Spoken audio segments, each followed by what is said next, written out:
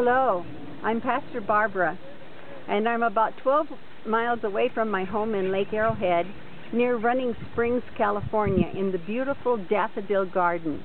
To get here, you go to St. Anne's Church just outside of Running Springs and park and walk down to these beautiful gardens. The title of my comments or sermon this morning is One Bulb at a Time. This place, which is 5 acres of mostly daffodils, was planted one bulb at a time by one woman. Her house is just to my left, and so many people came to her house to ask her about it that she put up a little sign which answered the most frequently asked questions. And the sign read, 50,000 bulbs, one woman, 2 hands, 2 feet, not much brain, one bulb at a time, started in 1958. Her name is Alma Jean Bauer, and her husband Dale helps her. And so what I want to talk about is planting one bulb at a time. I just spoke to some people from San Juan Capistrano, but I've seen on a map the people who have come here, and they've come from all over the United States.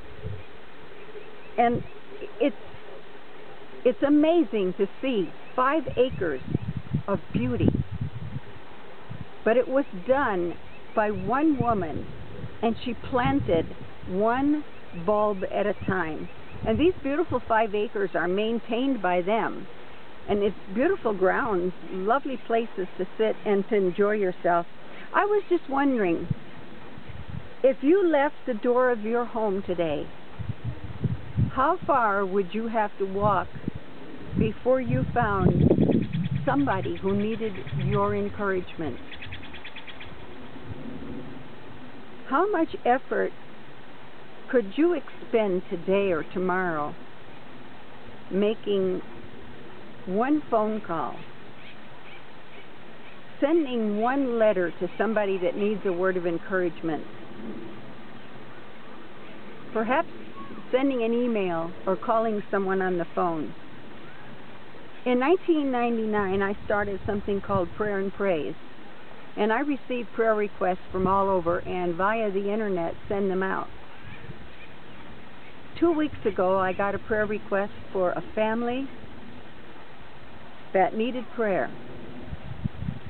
The request came from one of the eastern states, but it concerned a man who lived in the same state I live in, on the West Coast.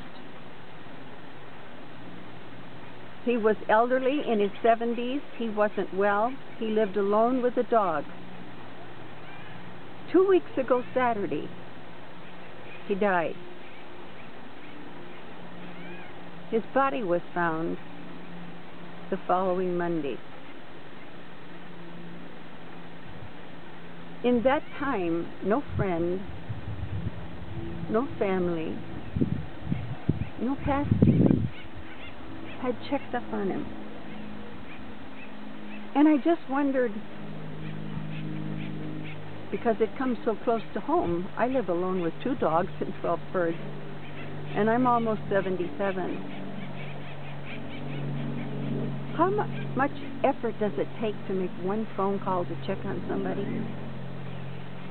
Sometimes when I send out the Prayer and Praise prayer request by email, and I click the little button that adds each person that's going to get these prayer requests, and I wonder, is this person going to be so busy they're going to delete this without opening it? And I pray that at least they'll open it and read the request and remember to pray for them during the week. 2 weeks ago, there were 2 nuns in another country that were severely beaten. The charge is trying to convert somebody. And they were trying to help people in tribes regarding AIDS. Many, many, many requests. it's so easy to delete them and to go on to something that's funny or a good joke. But what we can do and the difference in our landscape that we can make if we will plant one bulb at a time. The lady that started all of this started in 1958, and she was inspired by a neighbor who had a garden of daffodils. So she started planting. One year she planted about 30,000, one year 35,000. Now we have 5 acres of hillside. What could you do? What difference could you make if you planted one bulb at a time? Nobody expects you to plant 5 acres. Maybe some of you could plant a garden, but all of you could plant at least one bulb.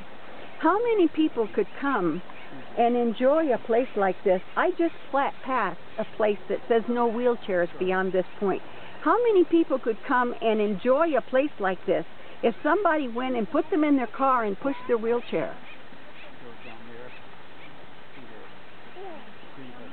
How many caregivers who haven't left their home perhaps in months because they're taking care of an invalid would enjoy 2 or 3 hours to go out and eat in a restaurant or have their hair professionally cut?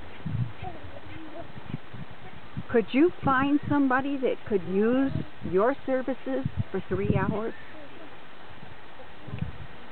Over the new year, I changed my telephone service, and I now have a service that allows me to call unlimited. And it dawned on me, there are many, many people who would love to pray for my prayer requests as well as for others, but because mine are sent on the internet and they don't have a computer, they can't participate. And so it dawned on me, if my telephone has unlimited calling, there are bound to be other people that have unlimited calling also. So I asked for volunteers. Is there anybody out there that would get the prayer request on the internet on your computer, and then you would call some of these dear ladies who are real prayer partners, real prayer warriors, but don't know about the prayer request? And I got some volunteers. There's so many ways that you can help. A lot of times I hear people complaining about a neighbor's yard, that it needs care. Their garden doesn't look too good. And we don't know what's going on in their home and with them. But instead of complaining, perhaps we could plant a bulb or two and take a plastic bag and a rake and go over and work in their garden a little bit, and instead of complaining, we could plant a bulb. Not a hillside like this lady has done. This has taken her years. Perhaps not even a garden, but just a bulb or two. I don't know of a single person, except maybe somebody that's in a coma, even someone in a hospital ill, that couldn't take the time to say thank you, that couldn't reach out to somebody. And in doing that, you're planting one bulb. And with the one bulb that you plant and the one bulb that other people plant, look at what you can do. I'm Pastor Barbara. Until the next video, God bless.